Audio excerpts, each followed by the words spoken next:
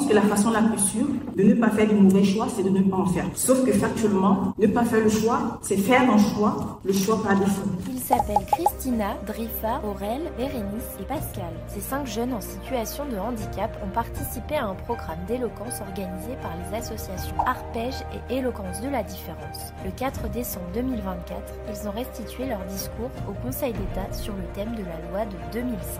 Hello, je suis Ninel Pascal Youmbi. Je viens de finir mes études en RSU.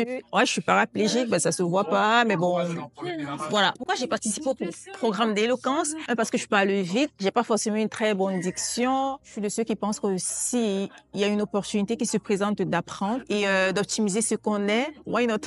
Mon discours portera sur le choix. Voilà, c'était un de mes gros complexes. Avoir l'impression que je prenais pas toujours les décisions pertinentes. Et puis, je trouve qu'il y a beaucoup de culpabilité après. Parfois, on se dit, on a loupé sa vie parce qu'on n'a pas pris un bon choix, un mauvais choix.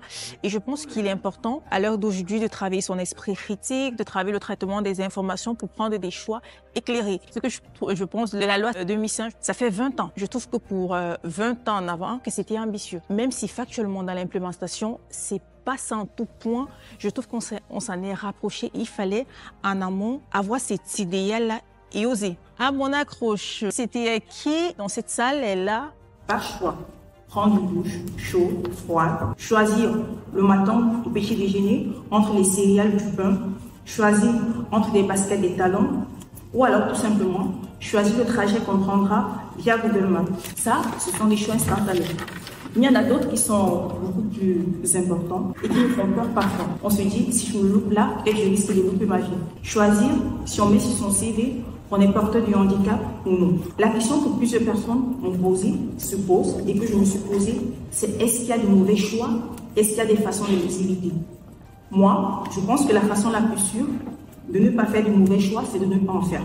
Sauf que factuellement, ne pas faire le choix, c'est faire un choix, le choix par défaut. Et je pense que, au moment où prendre un choix nous paralyse, on devait toujours se demander, se rappeler toutes ces fois où nous aurons tout donné pour avoir la grâce et pour avoir la chance d'opérer un choix.